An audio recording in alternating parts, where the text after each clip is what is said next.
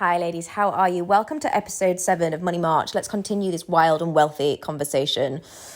I'm coming at you day 30 of my cycle. My God, am I ready to bleed? But the sass and the clarity and the the zero BS tolerance filter is so fucking present in me. So it feels like a really good day to have this conversation. And this is also just coming off the back of conversations that I've been having with 2 of my one-to-one clients this morning and pretty much all the ladies in my mastermind. There's something in the air right now where everyone needs to hear this. So let me bring it. When we're talking about really shifting timelines and shifting wealth lines, like into a place where you are making a lot more money than you're currently making, where you are becoming wild and wealthy, right? I mentioned this in the last episode, so it's a spin-off of this, like taking some extra depth. Like you have to become fundamentally somebody different. Like you have to be different if you want to create a different reality. It's often not even the case that you have to do things differently. It's that who you are when you do them has to be different. Instead of doing more of the same as the same person, you become a different person so that the energy that's going into the things that you're doing is wildly different and creating wildly different outcomes. And so when we talk about shifting identities, there tends to be this kind of like toe in the water approach. And it comes from modeling. So we're all on Instagram. We're all, or social media. I know you're all on Instagram because you're all following me. We're all on social media. We are seeing other women in their power, authority, audaciousness, leadership all the time. Like you're watching me be in it, at least what I'm showing on social media. You're watching other women, and it is so natural that we gravitate towards women who are showing up with a frequency that we desire for ourselves. So normal. In fact, it's a good thing. We're like magnetic expanders for each other. It's fucking brilliant how it works. There is a science behind it. Those of you who do energy body work with me, like this is the power of the 8th energy body. Freaking insane.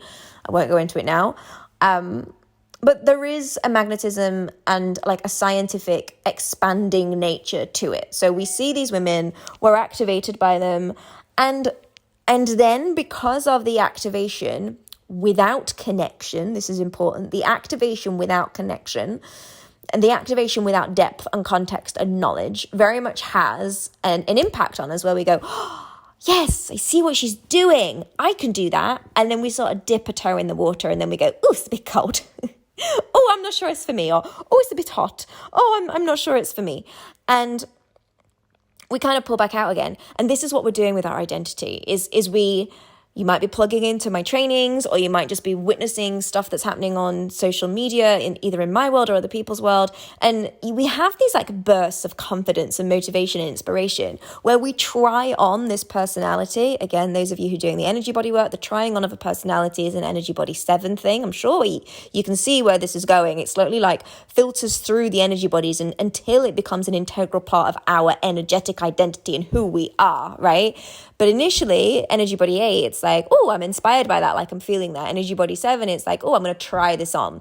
And so we try on an identity. We try on being a bit more sassy. We try on being a bit more sexy. We try on selling daily, or we try on selling multiple things daily. Like we try on all of these different ways of beings. But a try on is just a try on. It's just a toe in the water. It's not permanent. It's not foundational. It's not integrated.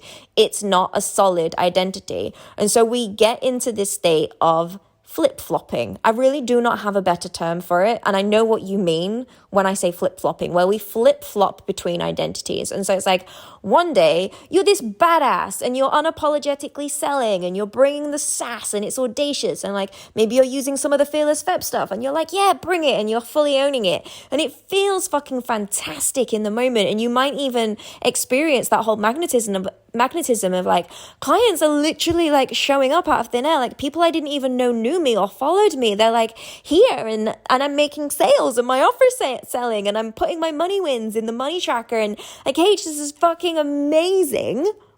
Love it for you. Here for it. That's what I want. And then you flip-flop. And then the next day you're like prioritizing other people over your own needs and you're putting your clients' work above your own and you're not making sure that you are well fed and well fucked and I don't know, well nourished and well exercised and all the rest of the things before you start showing up for the world. And maybe something happens, and instead of seeing the universal invitation for the reflection and the assignment of what it actually is, you allow it to trigger you and you make it mean something that it doesn't actually mean. By the way, get your ass in liberation, because we're going to have this conversation about the universal breadcrumbs and how we often interpret things as completely the wrong thing. But it's just a humanness, right? It's one of the ways we keep ourselves stuck.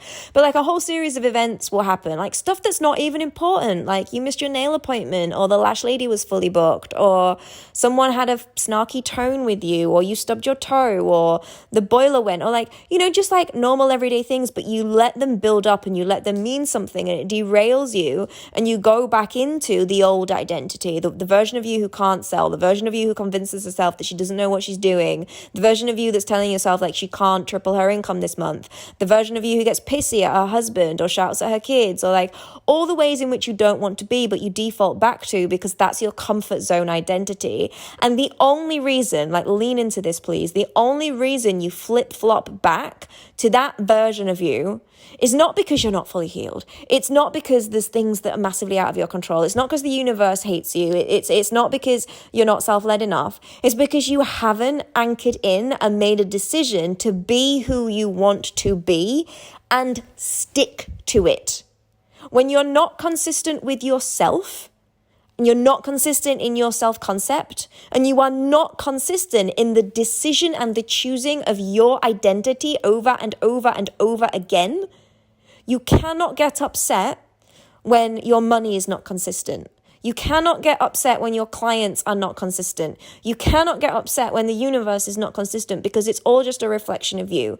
The consistency and the devotion with which you choose again and again and again who you fucking are in any and every given moment is the key to being wild and wealthy. And it is wild to be choosing elevated standards of identity over and over and over again. And there will be continuous tests. Like, so you might be working with a client and it's going really well and she's an ideal client. And then she has her own moment, right, in which she forgets her identity for the moment. And she says like, oh, I'm really not feeling this. Do you think maybe we could just pause? Or like, maybe I'm just not ready for this. Like, can we cancel? Or maybe it's coming up for renewal and she's flip-flopping around whether she wants to renew or something. You decide in those moments who you are. Like, who is your ideal client and what are the conversations that you're available for having? And anything that doesn't meet that standard literally does not happen in your world. So it's like, okay, no, we don't pause or cancel or change. Instead, we rise to the identity, self-leadership frequency that pulls us up and forward. Maybe you find yourself in a situation where somebody is asking to leave a contract early, or maybe a team member or a staff member isn't pulling their weight and is maybe taking liberties and not fulfilling their role properly. Maybe there's stuff going on at home, with your partner where you've got an agreed set of chores to do, or like an agreed way of showing up for each other, and that's slipping. And so as you start to notice all of these things around you, instead of spiraling and becoming the victim to them, you remind yourself who the fuck you are, and you raise the standard of your identity, and you raise your devotion to holding that standard of identity and holding that audaciousness and that fearlessness. And you declare like, no, I am in a marriage with a man who, and you remind him of it, but you don't let him get away with it, and you certainly don't let it Tinkerbell you. Or, you raise yourself and you say, no, like, I am available for clients, ideal clients who are self-led and who have personal responsibility and who can pick themselves up and who can, acknowledge like when they're also not holding themselves to their own standard. But similarly, like the way that you're leading yourself, when you notice yourself slipping, you pull yourself back up to your standard and you're like, no, this is fundamentally who I am. And the consistency with which you keep catching potential slips and raising your standard back into an elevated sense of identity, which is non-negotiable, which is indomitable, which is indestructible, that's when you maintain a consistency of magnetism for money. You have to remember who you are.